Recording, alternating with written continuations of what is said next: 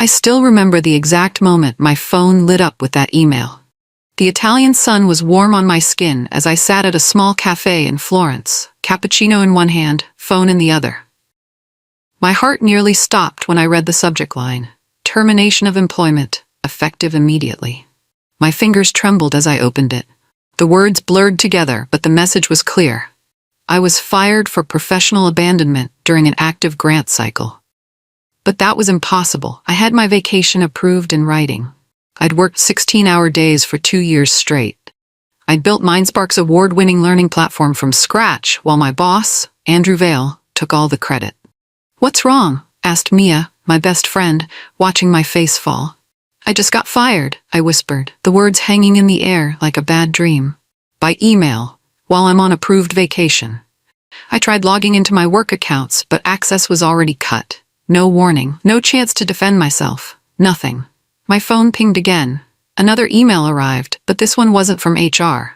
It was from Dylan, a junior developer on my team, and it wasn't meant for me at all. The email was clearly sent to the wrong person. Dylan had meant to forward it to Andrew in legal, not to me, Sloan Bishop. The subject line read, FWD Final Compliance Scrub, Urgent. My finger hovered over the delete button. I didn't work for MindSpark anymore. This wasn't my problem, but something made me hesitate. Maybe it was the bitter taste of injustice still fresh in my mouth. Maybe it was curiosity. Or maybe it was the strange coincidence of this landing in my inbox right after being fired. I opened it. Attached was a PDF labeled Predictive Risk Scoring, Q1 Beta Trials. I didn't recognize this project. It wasn't something I'd worked on or approved.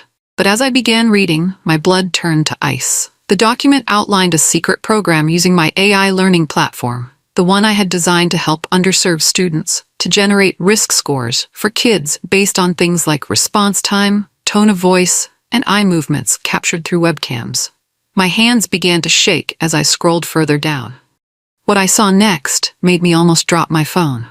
At the bottom of the PDF was a partnership agreement with Celerity Edu, a company that provided educational services to juvenile detention centers. The truth hit me like a truck. MindSpark was using my creation to profile which kids might end up in prison someday. They were selling this data to companies in the correctional system. My stomach twisted in disgust. I had designed that platform to help kids learn, not to label them as future criminals. I thought of all those smiling faces in the pilot schools, those hopeful teachers, those proud parents. All of them had no idea their children were being secretly assessed. "Sloan?" Mia's voice seemed distant. "You look like you've seen a ghost." "Worse," I whispered. "I've seen exactly why they fired me." I couldn't explain it all right there, but I knew one thing for certain. This wasn't a coincidence. They needed me gone before this project went live. I was the only one who would have recognized what they'd done to my code, how they'd twisted my creation into something sinister. They thought firing me would silence me. They were wrong. Back at our Airbnb, I pulled out my laptop. Though MindSpark had locked me out of their systems, I still had my personal backup of the original code. It was my habit, and now my salvation. Side by side, I compared my version with snippets Dylan had accidentally included in his email. The differences were shocking. They'd stripped away privacy protections, added tracking modules, created hidden data collection points. Every change had been made after I completed the official version, but before it went to schools. "This is illegal," I muttered, pacing the small room. "They're collecting data on minors without consent. They're profiling kids who can't even understand what that means." Mia watched me with worried eyes. "What are you going to do?" I stopped pacing. "I need more evidence."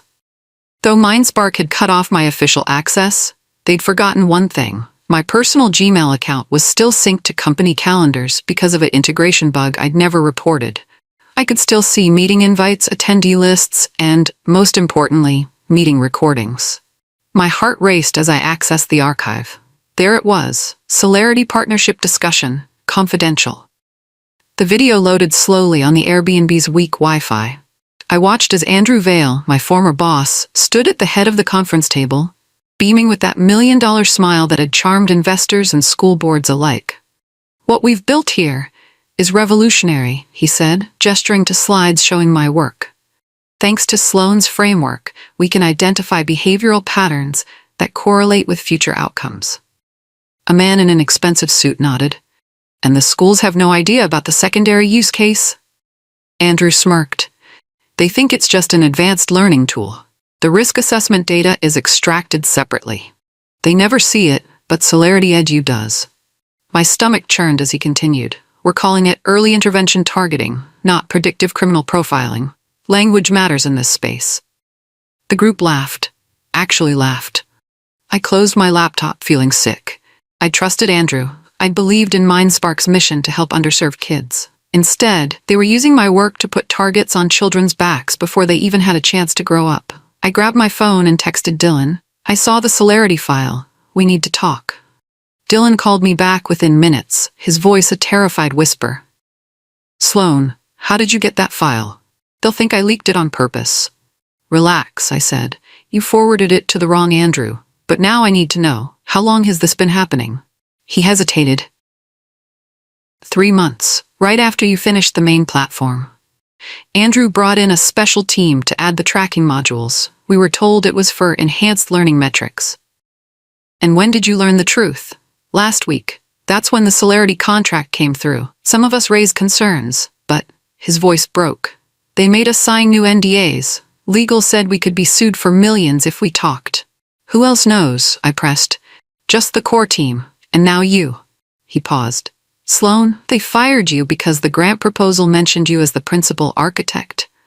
They couldn't risk you seeing the modified version once it went live. My suspicions confirmed. I asked the most important question. Dylan, would you be willing to help me expose this? His answer chilled me. They're already watching us. I think they know I called you. For the next 2 days, I barely slept. I pored over every piece of evidence I could gather remotely. Dylan had gone silent. His company's Slack showed him as a way. I feared he'd been caught or threatened into silence. I needed a plan. Blowing the whistle would mean taking on a billion-dollar company with fancy lawyers and powerful friends. I was just one person, a former middle school teacher turned programmer, now unemployed in a foreign country. But then I thought about those kids, my students years ago, the children now being labeled as high risk without their knowledge. Children who looked like my former students in the Bronx, mostly black and brown kids, already fighting an uphill battle. I opened my notebook and began organizing my evidence.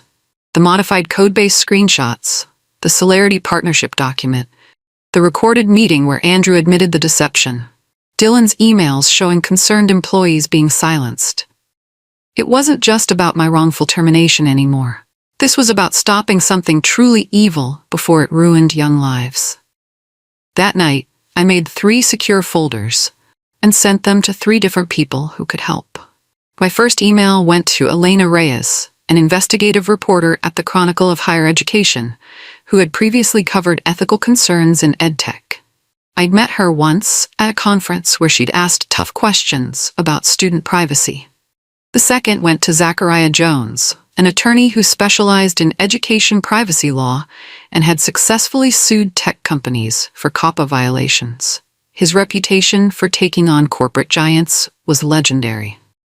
The third went to Parents for Ethical Education, a grassroots organization that had been fighting against surveillance technologies in schools.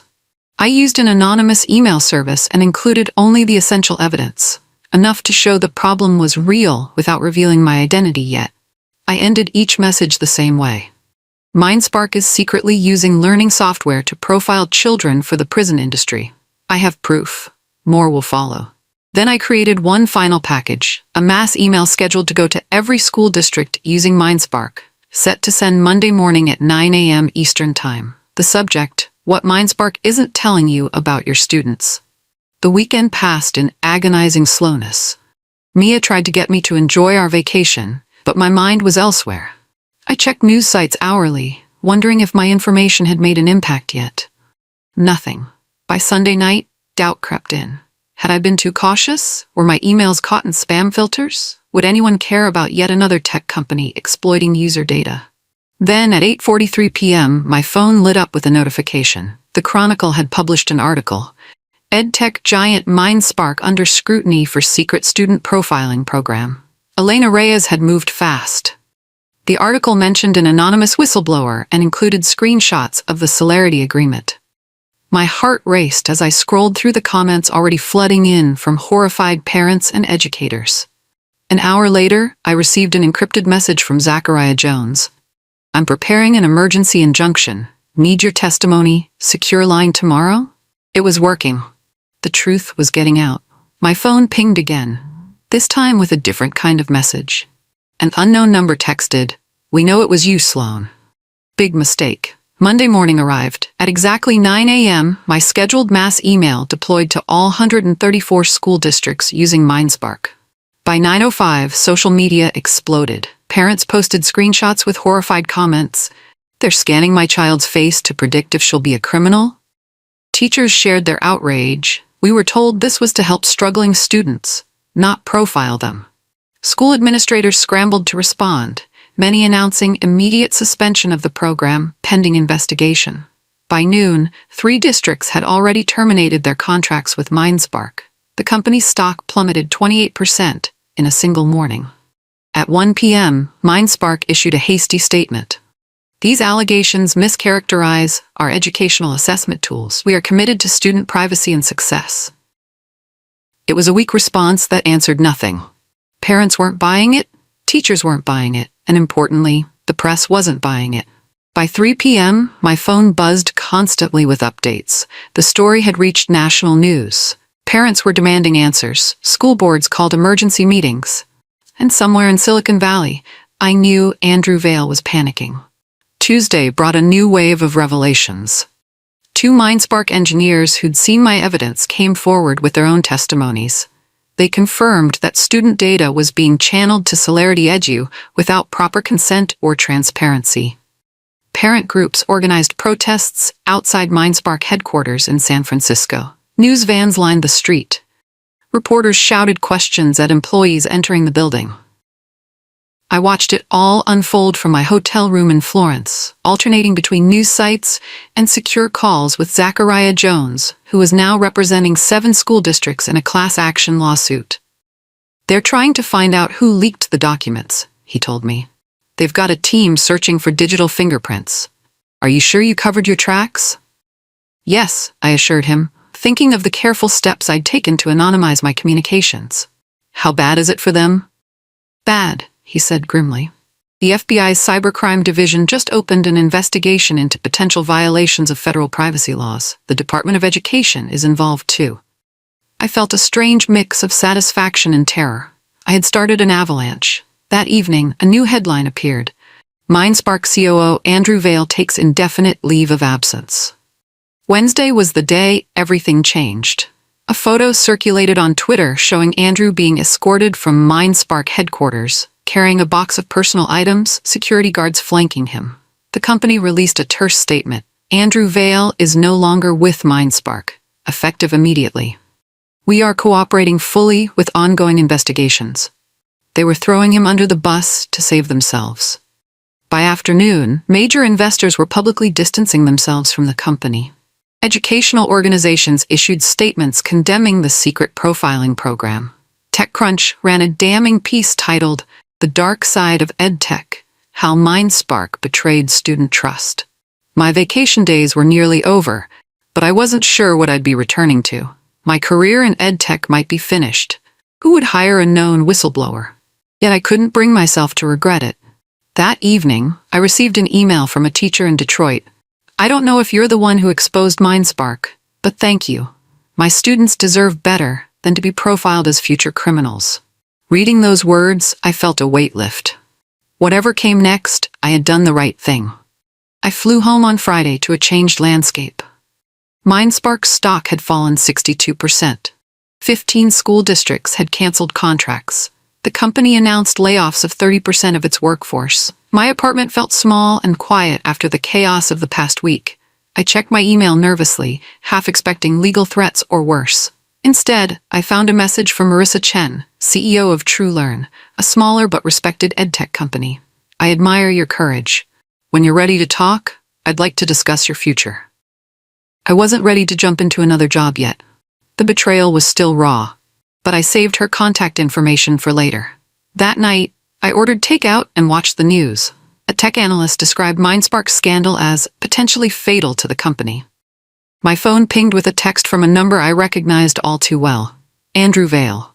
"You've destroyed everything. Happy now?" I didn't respond. There was nothing to say to someone who had used children's data as a commodity.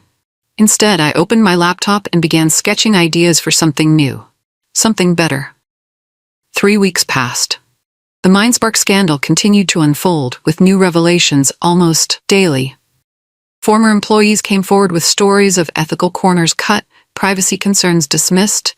I remained anonymous, though speculation ran wild. Tech forums debated the whistleblower's identity, with some correctly guessing it might be the mysteriously fired curriculum architect. I spent my days building a prototype for a new kind of learning platform, one with privacy at its core, one that would help kids without exploiting them. Then came a knock at my door. A courier delivered an envelope from Zachariah Jones's law firm. Inside was a letter requesting my official testimony in the class action suit against MindSpark. "Your anonymity can't last forever," the note read, "but your testimony could help make sure this never happens again." I knew he was right. Hiding wouldn't change anything. The truth needed a face and a voice. That evening, I called Zachariah and agreed to testify. "I'll need protection," I said. "We'll take care of you," he promised. "The truth is on your side." I hung up, feeling a strange sense of calm. The hardest part was yet to come. The deposition was scheduled for Monday morning. I spent the weekend preparing with Zachariah, reviewing evidence, practicing answers to tough questions. "They'll try to discredit you," he warned. "They'll say you were a disgruntled employee out for revenge." "I have the evidence," I replied, more confidently than I felt. "Evidence helps, but narrative wins," he said. "Remember why you did this, for the kids." When Monday arrived, I dressed simply in a navy blue blazer and white blouse. No flashy jewelry, no dramatic makeup, just a former teacher who loved her students enough to risk everything.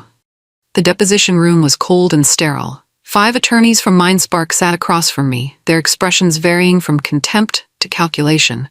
A video camera recorded everything. "Please state your name for the record," the lead attorney said. "Sloan Bishop," I replied, my voice surprisingly steady. "And you were employed by MindSpark until 3 weeks ago, correct?" "Until they fired me for taking approved vacation days," I clarified. "Yes, the battle had begun. For 6 grueling hours, MindSpark's attorneys tried to break me.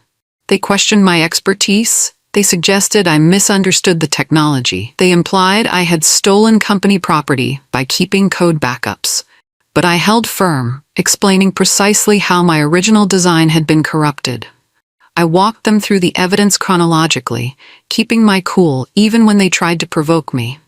"Isn't it true," their lead attorney asked, "that you exposed confidential information because you were angry about being terminated?"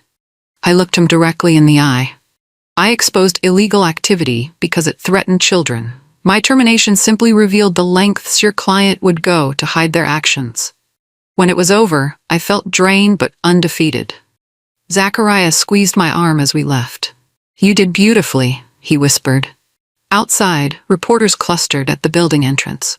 Someone had leaked that the mysterious whistleblower would be testifying today. I hesitated at the door, then decided, no more hiding. I walked out with my head high, directly into the camera lights. "Ms. Bishop, are you the one who exposed MindSpark?" "Yes," I said simply. "And I'd do it again." My face was everywhere the next day. News sites, morning shows, social media, all showing the quiet programmer who had taken down a tech giant.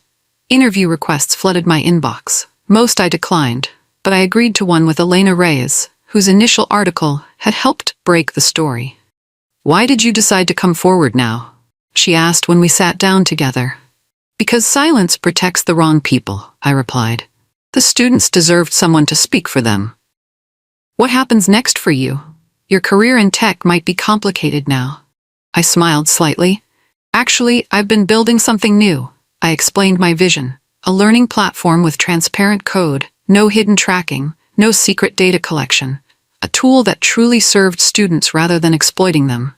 "It sounds ideal," Elena said, "but how would you fund it without major investors who might push for the same profit-driven compromises?" I've been thinking about that, I admitted. Maybe it needs to be a non-profit. Maybe we need a different model entirely. The article ran the next day under the headline, Whistleblower's Next Chapter, Reimagining Ethical EdTech. A week after my interview with Elena, I received an unexpected email from Dr. Maya Rodriguez, director of the Educational Technology Ethics Foundation. Your story resonated with me, she wrote. I'd like to discuss a potential grant to develop your ethical learning platform. We met for coffee the following day. Dr. Rodriguez was a former teacher herself, with a fierce commitment to student privacy. We have a $1.5 million fund earmarked for ethical innovation in EdTech, she explained. I believe your project is exactly what we've been looking for. I nearly spilled my coffee. That's substantial. She smiled. The foundation was created by tech executives who grew concerned about the direction of the industry. They prefer to remain anonymous, but they want to support alternatives to the surveillance model that's become so common. It seemed too good to be true. What's the catch? No catch. The code stays open source. Student privacy remains paramount. Profit is not the goal. Impact is. I extended my hand across the table. Then I think we have a deal. That afternoon, I registered a new company, LumenPath Education. Over the next 3 months, LumenPath grew from a concept to a reality. I assembled a small team, 2 former MindSpark engineers who had quit in protest, a UX designer with special education experience, and a privacy lawyer to ensure we stayed true to our mission. We worked from a small office in a converted warehouse. No fancy Silicon Valley campus. No ping-pong tables or kombucha on tap. Just passionate people building something meaningful. Our first product focused on supporting neurodivergent learners, children with ADHD, autism, dyslexia, and other learning differences. The software adapted to each child's unique needs without collecting unnecessary data or making predictions about their future. As we prepared for our first beta test, I received a surprising email. Celerity Edu had been dropped as a contractor by 3 major juvenile detention systems following the MindSpark scandal. They were facing their own investigation for data misuse. It felt like justice. But I knew our work was just beginning. We needed to prove that ethical EdTech could succeed, not just morally, but practically. The day before our beta launch, I gave a short speech to our team. Tomorrow, we start changing what's possible. The beta test launched in 5 schools across the country, including my former middle school in the Bronx. 50 students with various learning needs would use LumenPath for 6 weeks. I visited the Bronx classroom personally on launch day. Miss Torres, a veteran special education teacher, welcomed me warmly. The kids are excited, she said. They've been told it's software that listens to them, not judges them. I watched as her students logged in for the first time. A boy with severe ADHD, who usually couldn't sit still for more than a minute, engaged with the math module for nearly 20 minutes without interruption. A girl with dyslexia used the adaptive reading tools and finished her first complete paragraph independently. When she finished, she looked up with such pride that tears sprang to my eyes. It doesn't get mad when I'm slow, she told me seriously. At the end of the day, Miss Torres pulled me aside. Whatever you're doing differently, it's working. These kids have never engaged like this before. I smiled. We're not trying to fix them. We're meeting them where they are. As I left the school, my phone buzzed with a notification. TechCrunch had published an article comparing MindSpark's continuing collapse with promising newcomer LumenPath.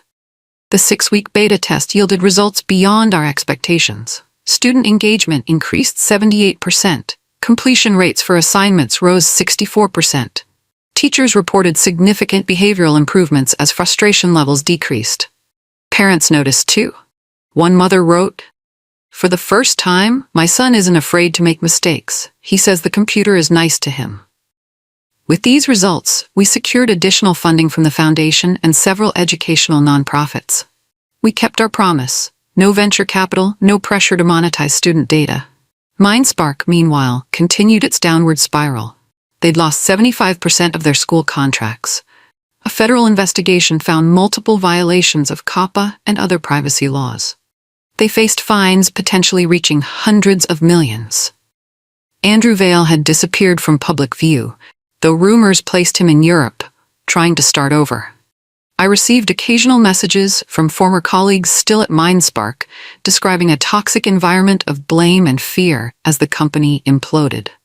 I felt for the innocent employees caught in the crossfire, but the company's downfall was its own doing. LumenPath scheduled a full launch for the fall semester, with 23 school districts already signed up. As summer ended and the new school year approached, LumenPath prepared for our official launch. We'd moved to a slightly larger office and added 5 more team members, including 2 teachers who offered crucial classroom perspective. We maintained our core principles: no unnecessary data collection, no student profiling, no behavioral predictions. Just tools that help children learn in their own way. One August morning, I arrived at the office to find everyone gathered around a computer, expressions somewhere between shock and vindication. "What's happening?" I asked. "MindSpark filed for bankruptcy," our UX designer said. "It's official. They're done." The news was everywhere.